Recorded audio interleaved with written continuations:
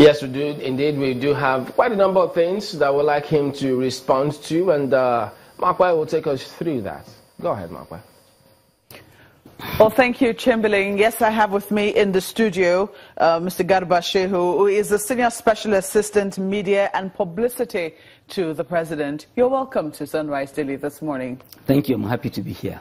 Well, I'm sure first and foremost you want to respond to some of the things that Mr. Adegboruwa was saying, because you had issued a statement, saying that those who were protesting at the Unity Fountain, asking the President to either resume or resign, were overstepping their bounds. Not only did you issue a statement, I think you also said it in person.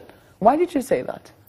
Well, again, we are careful in saying that this is a democracy and we respect the rights of citizens of this country to protest. Yes, it's not a bad thing that about a dozen or so, people congregating there to raise placards to ask those questions they are asking. The problem is that when you probably know where they are coming from, when they are vassals of the opposition political party, and the antecedents are written all over their faces. We wish that they were more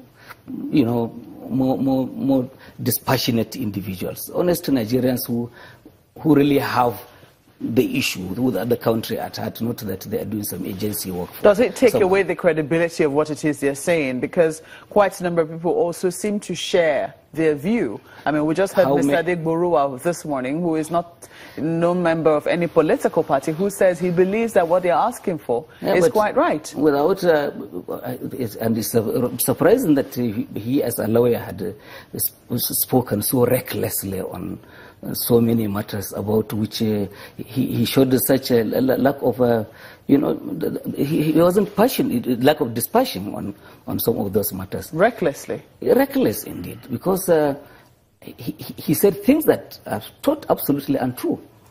This man has just finished talking to Nigerians saying that this country is being run from UK. Memos are going to the United Kingdom and the witnesses are reporting to the president. That's false. He doesn't know it. Look, let me tell you this story. I am aware that a senior official of government had gone to President Buhari in the UK and taken some documents to him and said, deal with. The president said, no, I won't. The man responsible for the country is in Abuja. Go back to him. So I think that if the idea is to make Buhari look good, no, it's even disrespectful of the acting president. The country has gone. The very fact that you actually mentioned that such a scenario did arise, because one of the things Mr. Adegboruwa did point to was loyalty. He said quite a number of people will continue to look to the president in the United Kingdom. Yes, the president has done the right thing by referring them to the acting president, but that's how a lot of people view him. He is not the president. He is the acting president. And so their loyalties will continue to lie with the person who appointed them as president. No, that it doesn't follow. Anybody who says that then doesn't understand the implications of the constitution of this country. Once the president has transferred power wholesale, if you are the Inspector General of Police and the acting president says, go and do ABC, you are fired if you don't do it. So nobody will joke with their jokes. Yes, we love the president, we are loyal to him, but everyone knows that this is the locus of power, this is the locus of authority. Shouldn't the people who did that sort of thing be fired? No. Why? Maybe they are mistaken. What is the mistake? That the president has traveled and he's handed over to his vice, and he's the acting president, and the president is away, and they go to the president in the UK to seek his consent to attend to matters which the acting president should be saying to, and they shouldn't be fired? That is to underscore to you that this is a law and order president. If this is a president who wanted power for its own sake, he could probably have been given directives from over there. But he said, no, I've done the right thing. I've handed over to the acting president. Deal with it. And that's how the right thing should be done. So perhaps everything is not spelt out in law. I mean, yes, the law has done its best by spelling out clearly what a president should do in the event that he falls ill. And, one of the reasons why the law did envisage that is because we are all humans and we can fall sick. But then when you also look at the political implications, I mean, some of the things that would naturally arise, such as the kind of scenario which you just painted, did we also foresee that? And can the law really handle that? The law and the Constitution have foreseen this. And I think that the Constitution is very fair to the individual. In this case, President Muhammadu Buhari, he has an opportunity. The Constitution gives him a chance a process by which he can go and take care of himself. And the Constitution is also fair to the country, because by handing over power to the country and given handing the reins of authority to the acting president, the Constitution is also fair, to the country. Is this kind of scenario that makes it's been envisaged? Is this kind of scenario that people also wonder if we really thought through it, because we do not know for how long, the president can be away for? Well, the Constitution didn't. The Constitution of Nigeria is an evolving document.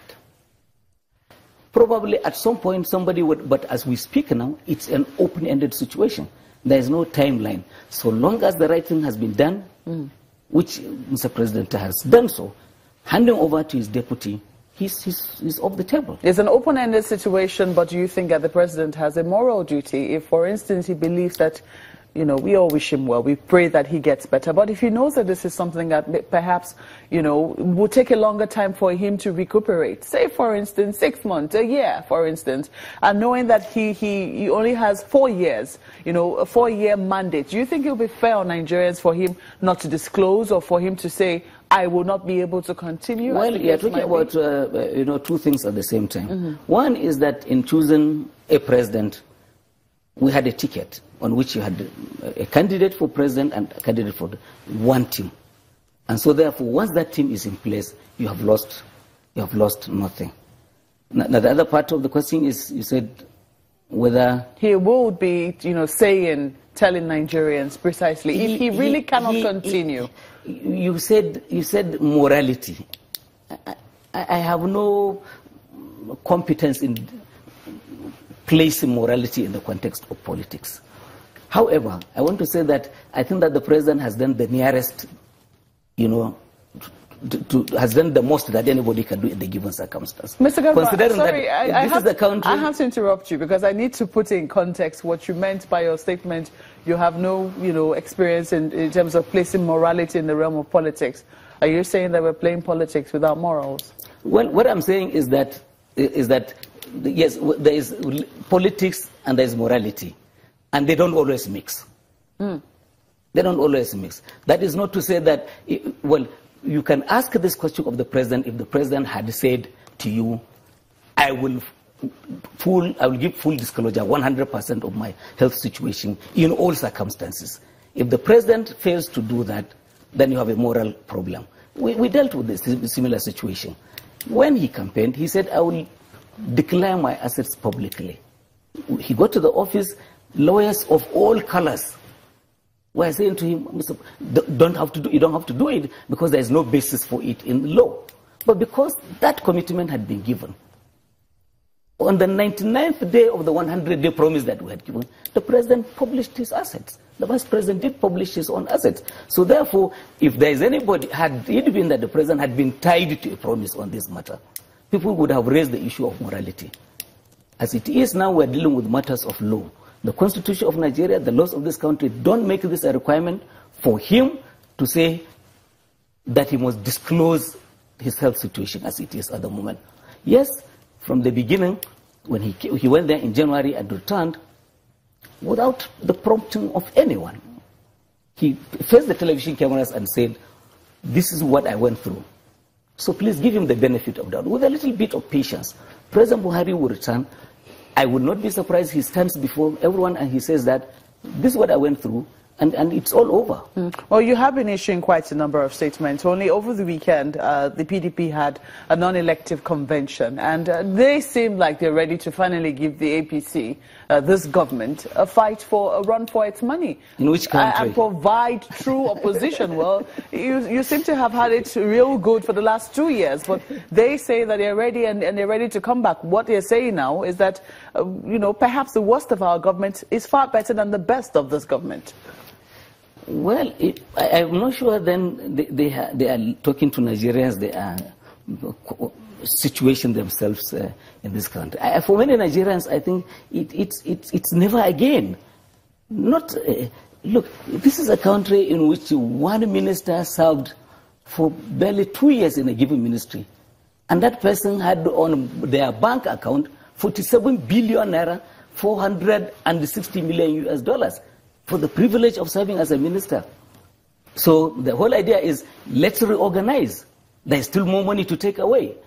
They want to come back and continue from where they left off. Nigerians are not that silly. Mr. Garba, you know, some people also say, have you, I mean, you're the spokesperson of the president, have you been feeling the pulse of the people to know how truly Nigerians feel about this government? Well, there's a lot that is going on out there, including matters that were complained about, false publications and hate campaigns and all of that. But if you are judging this government by the key promise that the administration has itself made, which is that we would fight corruption to a standstill, we have succeeded in doing that. We would fight terrorism and insecurity to a standstill. Absolutely. And you've succeeded? Absolutely. By what standards are you judging that? I say, if they tell you if you are a permanent secretary of the Nigerian government